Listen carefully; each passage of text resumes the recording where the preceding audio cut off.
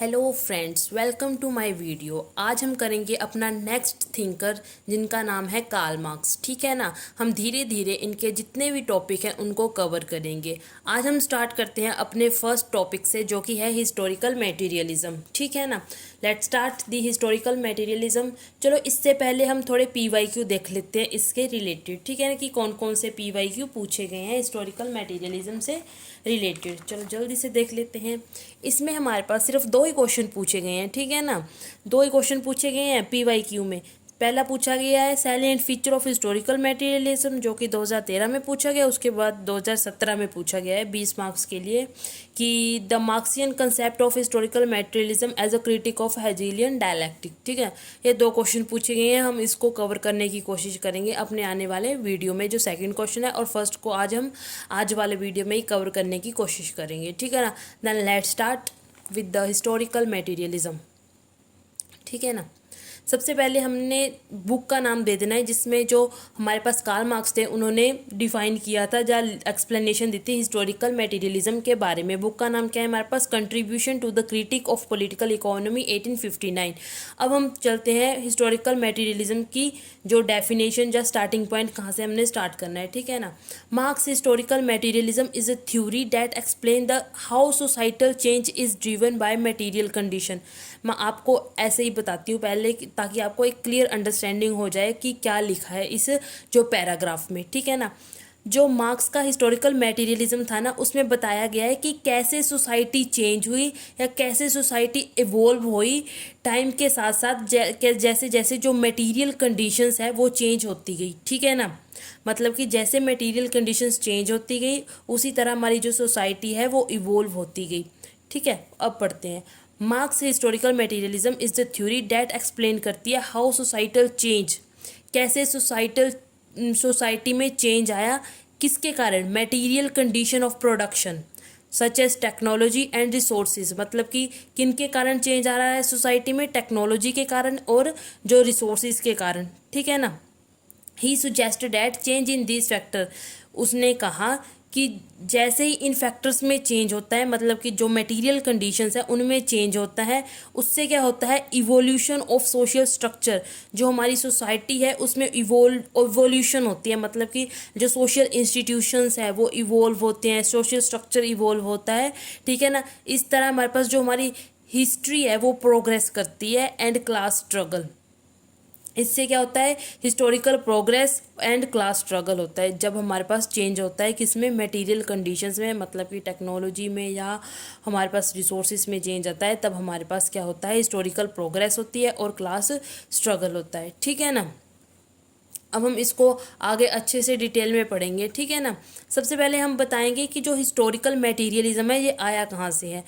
सबसे पहले जो कार्ल मार्क्स थे ना, हिस्टोरिकल मटेरियलिज्म में हमारे पास एक डायलैक्टिक वाला कंसेप्ट भी आता है। उस जो डायलैक्टिक वाला कंसेप्ट है ना, वो कार्ल मार्क्स ने लिया है हेगेलियन की जो थ्योरी थी ना, डायलैक्टिक आइडियलिज्म, उससे लिया था जो अपना डायलैक्टिक वाला वो कंसेप्ट है। ठीक है ना। हेगेलियन डायलैक्टिक आइडियलिज्म क्या कहता है पहले वो देख लेते हैं। हेगेलियन डायलैक्टिक आइडियलिज्म पता क्या कहता है? कि सबसे पहले हमारे पास थीसिस होगी, फिर उसकी ओपोज में आएगी एंटीथीसिस। ठीक है ना। जब दोनों जो ये दोनों एक दूसरे के जो ओपोजिंग फोर्सेस है ना, जो थीसिस और थीसिस, जब वो मतलब कि एक दूसरे को कॉन्ट्राडिक्ट करेगी ना, उससे एक नई सिंथेसिस आएगी। मैं आपको एग्जांपल के साथ समझाती हूँ इसको। देखो, थीसिस में मैंने लिखा ना, एरो डाल के देखो।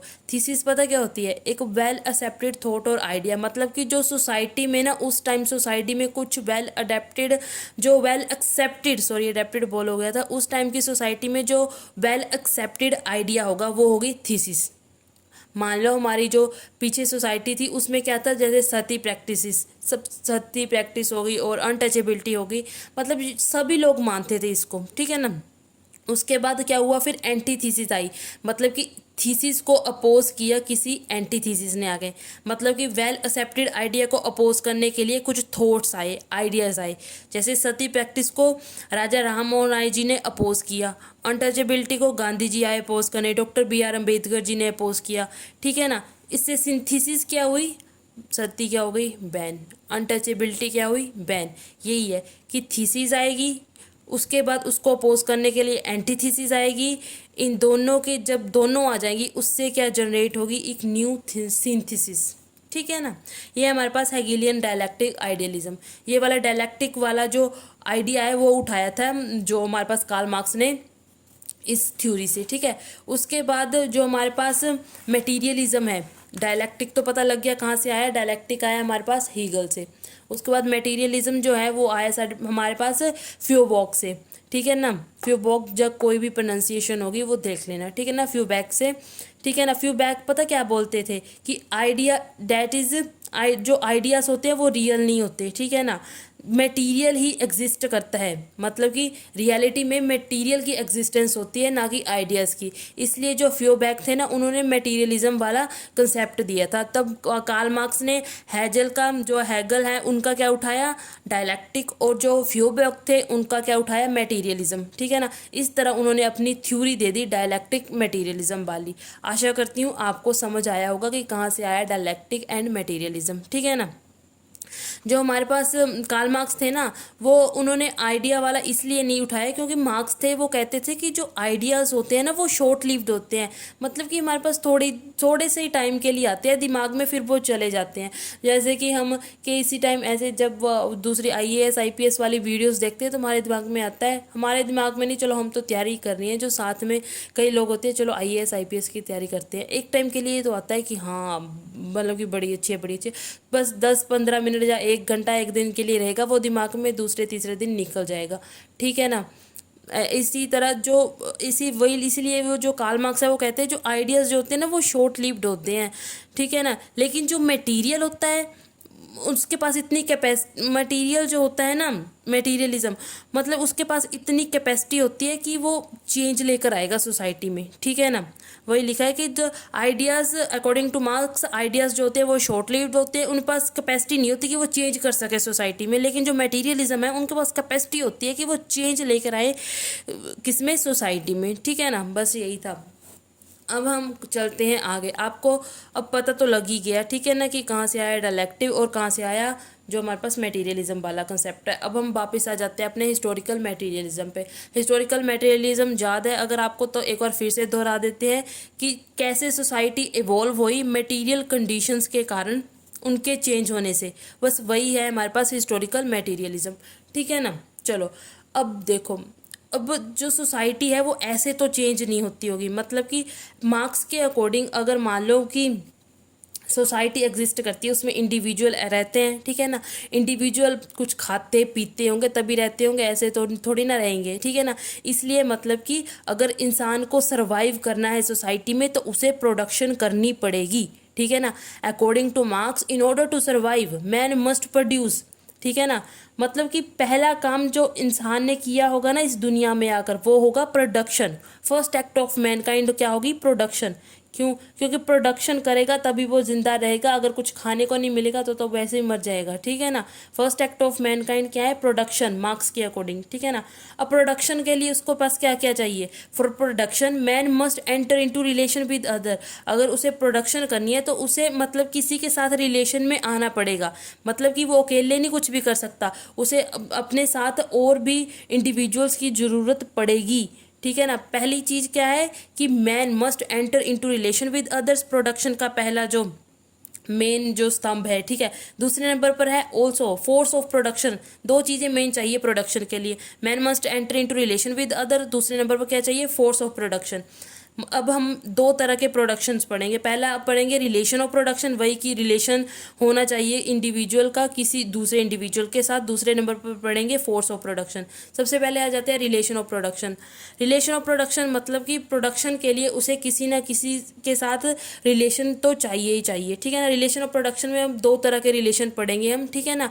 Relation between man and man, दूसरे नंबर पर पढ़ेंगे relation between man and things. जो पहली कंडीशंस थी जो कि प्रोडक्शन के लिए चाहिए, रिलेशन चाहिए, relation between man and man हो गया, relation between man and things. ठीक है। Relation between man and man में हमारे पास दो तरह की क्लासेस आती है मार्क्स के according, have and have notes. ये है हमारे पास दो तरह की क्लासेस जब हम मैन और मैन के रिलेशन की बात करते हैं। ठीक है ना। हैव्स वो होते हैं जो ओन करते हैं प्रोडक्शन को, और हैव नोट्स वो होते हैं जो अपनी लेबर सेल करते हैं ताकि वो पैसे कमा पाए। मान लो कि एक फैक्ट्री है, ठीक है ना, फैक्ट्री है छोटी सी, उसमें तो एक जो ओनर होगा वो अकेला थोड़ी ना काम कर पाएगा। उसे मतलब मान लो एक बिस्किट बनाने वाली फैक्ट्री है, ठीक है ना, उसमें जो इंसान है, जो बंदा है जिसने जो फैक्ट्री लगाई पूरी, वो अकेला थोड़ी ना बिस्कुट बना भी लेगा, मशीन का काम भी खुद कर लेगा। उसे मशीन्स भी चाहिए बिस्किट बनाने के लिए, ठीक है ना, उसे लोग भी चाहिए ताकि वो काम कर सके, ठीक है ना। इसके लिए लिखा है कि मैन और मैन के बीच और मैन और थिंग के बीच रिलेशन ज़रूरी, इसमें दो तरह के रिलेशन होंगे। अब मैन और मैन के बीच कैसा रिलेशन होगा? जिसकी तो फैक्ट्री होगी वो क्या करेगा? ओन करेगा प्रोडक्शन को, उसको दे दिया नाम हैव्स, और जिसको जो आगे काम करेगा उसके नीचे उसको दे दिया, क्या बोला उसको, हैव नोट्स, मतलब कि वो पैसों के लिए काम करेगा अपनी लेबर को सेल करके। मैन और थिंग के बीच में भी रिलेशन होगा, ठीक है ना, relation between man and things, ठीक है ना। हैव जो होंगे वो ओन करेंगे प्रोडक्शन प्रोसेस को, और हैव नोट जो होंगे वो ओन नहीं कर पाएंगे जो प्रोडक्शन प्रोसेस है, ठीक है ना। अब देखो पता क्या होगा, ये तो पता चल गया रिलेशन ऑफ प्रोडक्शन में हमारे पास दो तरह के रिलेशन होते हैं, ठीक है। और जो ये रिलेशन होते हैं ना, ये टाइम टू टाइम चेंज होते रहते हैं, ठीक है ना। मार्क्स के अकॉर्डिंग जो मतलब कि मैन और मैन के बीच जो रिलेशन है ना, वो टाइम के साथ चेंज होता रहेगा। टाइम के साथ चेंज कैसे होगा वो मैं आपको बताती हूँ। जैसे हमारे पास जो स्लेव सोसाइटी है ना, जैसे देखो अब नीचे देखो थोड़ा कैसे चेंज होगा टाइम के साथ जो रिलेशन ऑफ प्रोडक्शन है। स्लेव सोसाइटी थी, उसमें जो रिलेशन ऑफ प्रोडक्शन मतलब कि दो जो हैव्स और हैव नॉट थे ना, उसमें था एक था मास्टर एक था स्लेव, ठीक है ना। अब उसके बाद देखो फ्यूडलिस्टिक सोसाइटी आई, वहाँ पर जो हैव्स है उसकी जगह आ गए फ्यूडल लॉर्ड्स, मतलब मास्टर्स की जगह ले ली फ्यूडल लॉर्ड्स ने, और स्लेव की जगह आ गए हमारे पास लैंडलेस सर्व्स, ठीक है। उसके बाद जब कैपिटलिस्ट सोसाइटी आई, उसके फ्यूडल लॉर्ड्स की जगह आ गए हमारे पास बुर्जुआजीज, और जो सर्व्स थे उनकी जगह आ गए प्रोलिटेरिएट, ठीक है ना। इस तरह जो मार्क्स के अकॉर्डिंग जो रिलेशन ऑफ प्रोडक्शन है ना, मैन और मैन के बीच का जो रिलेशन है वो टाइम के साथ चेंज होता गया है, ठीक है ना। अब आते हैं फोर्स ऑफ प्रोडक्शन। पहला समझ आ गया, प्रोडक्शन के लिए हमें दो जो कंडीशंस थी वो क्या थी कि रिलेशन होना चाहिए अदर्स के साथ। दूसरे नंबर पर है फोर्सेस ऑफ प्रोडक्शन, मतलब हमें कौन कौन सी जो चीज़ों की रिक्वायरमेंट है जिससे कि हम प्रोड्यूस कर सके या प्रोडक्शन कर सके। हमें चीज़ों की ज़रूरत है, हमें थिंग्स की रिक्वायरमेंट है, ठीक है ना, और हमें मैन भी चाहिए, ठीक है ना, टूल्स टेक्निक्स चाहिए और मैन चाहिए। ये है हमारे पास फोर्स ऑफ प्रोडक्शन। और मार्क्स से कह रहा है फोर्स ऑफ प्रोडक्शन भी चेंज होता है टाइम के साथ साथ, ठीक है। इस तरह जो रिलेशन ऑफ प्रोडक्शन है और फोर्स ऑफ प्रोडक्शन है दोनों ही टाइम के साथ क्या होते रहते हैं, चेंज होते रहते हैं। समझ आ गया। हमने क्या क्या पढ़ा, हमने पहले हिस्टोरिकल मटेरियलिज्म की डेफिनेशन देखी, फिर मार्क्स ने कहा अगर इंसान को रहना है ज़िंदगी इस दुनिया में, सोसाइटी में, तो उसे प्रोड्यूस करना पड़ेगा, उसे प्रोडक्शन करनी पड़ेगी। प्रोडक्शन के लिए दो चीज़ें चाहिए, relation with others and force of production. Relation with others में हमने पढ़ा रिलेशन ऑफ प्रोडक्शन दो तरह के होंगे, मैन और मैन के बीच रिलेशन और relation between man and things. Forces of production में हमारे पास क्या आ जाएंगी, थिंग्स, ठीक है ना। और जो ये मार्क्स ने कहा कि बोथ रिलेशन ऑफ प्रोडक्शन और फोर्स ऑफ प्रोडक्शन टाइम्स के साथ चेंज होते रहेंगे, ठीक है ना। इतना समझ आ गया। अब हम आगे करेंगे। अब देखो, अब मार्क्स कहते हैं कि जैसे जैसे जैसे जैसे जो हमारी सोसाइटी है वो इवॉल्व करती गई, जो इंसान था ना, बंदा था, उसने नेचर पर अपना कंट्रोल जमाना शुरू कर दिया, ठीक है ना। उसने नेचर को कंट्रोल करना शुरू कर दिया, उसके बाद उसने प्रोडक्शन, हमने पीछे पढ़ा था कि एग्जिस्टेंस के लिए प्रोडक्शन जरूरी है, उसने प्रोडक्शन करनी शुरू करी। प्रोडक्शन की मतलब कुछ इकोनॉमिक एक्टिविटीज़ हुई। अगर इकोनॉमिक एक्टिविटीज़ हुई तो उसके बाद हमारे पास ये सोशल इंस्टीट्यूशंस बनने स्टार्ट हो गए। सोशल इंस्टीट्यूशंस बने, उसके बाद हमारे पास ये सोशल सुपरस्ट्रक्चर इस तरह हमारे पास बन गया। अब मैं बताती हूँ कैसे बना ये सारी चीज़ें। देखो सबसे पहले अब मैं ना बात करती हूँ स्लेव सोसाइटी। स्लेव सोसाइटी में क्या होता था, पहले नेचर ऐसी थी, ठीक है ना। पहले नेचर थी, मैंने कंट्रोल करना स्टार्ट किया नेचर पर। उसके बाद उसने कुछ इकोनॉमिक एक्टिविटी स्टार्ट कर दी, ठीक है ना। स्लेव सोसाइटी में ना पहले पता क्या होता था, लोग ना फैमिली वगैरह कुछ नहीं होता था, ऐसे ही सभी इकट्ठे मिलके रहते थे। लेकिन जब हमारे पास स्लेव सोसाइटी थी ना, उसमें क्या हुआ, इकोनॉमिक एक्टिविटीज़ थोड़ी बढ़ने लगी, tools and techniques I. Slave society में हमारे पास बने मास्टर्स और स्लेव्स। मास्टर वो थे जिन्होंने टूल पर मास्टरी कर रही थी, स्लेव वो थे जो कि टूल्स पर क्या करते थे, मास्टर्स पर डिपेंड रहते थे, ठीक है ना। अब हमारे पास मास्टर आ गए और स्लेव आ गए, यहाँ पर हमारे पास कुछ इकोनॉमिक एक्टिविटीज़ होने लगी, ठीक है ना। मतलब कि अब मास्टर और स्लेव तो बने, ठीक है। अब मास्टर से उन्होंने प्रोडक्शन करनी स्टार्ट की, प्रोडक्शन की, वो कमाएंगे किसके लिए, फैमिली के लिए ना। प्रोडक्शन की, उनके पास सरप्लस आ गया, मतलब कि उनके पास फूड सरप्लस में आने लगा, जो मास्टर से सरप्लस में आने लगा। उसने कहा कि अब मैं ये कमा रहा हूँ, मैं किसके लिए कमा रहा हूँ, तो वहाँ से फैमिली बनी, ठीक है ना। सबसे पहले क्या हुआ, मास्टर और स्लेव आए। मास्टर्स ने मास्टर कहाँ से बने, उन्होंने मास्टरी कर ली टूल्स पर। फिर मास्टरी करने के बाद उनके पास से जो सरप्लस पे आने लगे, मतलब कि उन्होंने इकोनॉमिक एक्टिविटी स्टार्ट कर दी। इकोनॉमिक एक्टिविटी स्टार्ट करने के बाद उन्होंने देखा कि मेरे पास इतनी जो सरप्लस में चीज़ें आ रही है, इसका मैं क्या करूँगा, किसको दूंगा। इसलिए उन्होंने क्या स्टार्ट कर, उन्होंने फैमिली, उसके बाद फैमिली बननी स्टार्ट हुई। इस तरह फैमिली बनी, रिलीजन बना, कल्चर बने, ऐसे लॉ बने, ठीक है ना। उसके बाद आई फ्यूडल सोसाइटी। फ्यूडल सोसाइटी में क्या था, हमारे पास लैंड लॉर्ड्स थे, जो फ्यूडल लॉर्ड्स थे, और क्या थे, लैंडलेस सर्व्स थे। यहाँ पर जो इकोनॉमिक एक्टिविटीज़ थी ना, वो टूल्स के, मतलब कि यहाँ पर एग्रीकल्चर मेन कारण था। जो इकोनॉमिक एक्टिविटी थी उनका मेन कारण क्या था, एग्रीकल्चर। अब यहाँ पे जो इकोनॉमिक इंफ्रास्ट्रक्चर है ना, वो बिल्कुल अलग होगा जो कि स्लेव सोसाइटी में था। जब इकोनॉमिक इंफ्रास्ट्रक्चर ही अलग होगा स्लेव सोसाइटी से फ्यूडल सोसाइटी में, तब यहाँ पे फैमिली भी अलग होगी, रिलीजन, कल्चर, लो सब कुछ अलग एग्जिस्ट करेगा, और सोशल सुपरस्ट्रक्चर, फिर से एक नया सोशल सुपरस्ट्रक्चर इवॉल्व होगा। उसके बाद फिर capitalistic society I. Capitalistic society में यहाँ पे इकोनॉमिक एक्टिविटीज अब एग्रीकल्चर से नहीं, अब यहाँ पे आई इंडस्ट्रियल एक्टिविटीज़ ज़्यादा होने लगी। इकोनॉमिक एक्टिविटीज़ अब किस कारण हो रही थी, इंडस्ट्रीज़ के कारण। इंडस्ट्रीज़ के कारण यहाँ पर फैमिली में चेंज आया, जैसे न्यूक्लियर फैमिलीज बननी स्टार्ट होगी। फैमिली में चेंज आया, रिलीजन में चेंज आया, कल्चर में चेंज आया, और फिर से सोशल सुपरस्ट्रक्चर चेंज हुआ। इस तरह जो धीरे धीरे है हमारा सोशल सुपरस्ट्रक्चर चेंज होता गया, ठीक है ना। बाकी का अब हम नेक्स्ट वीडियो में कवर करेंगे, ठीक है।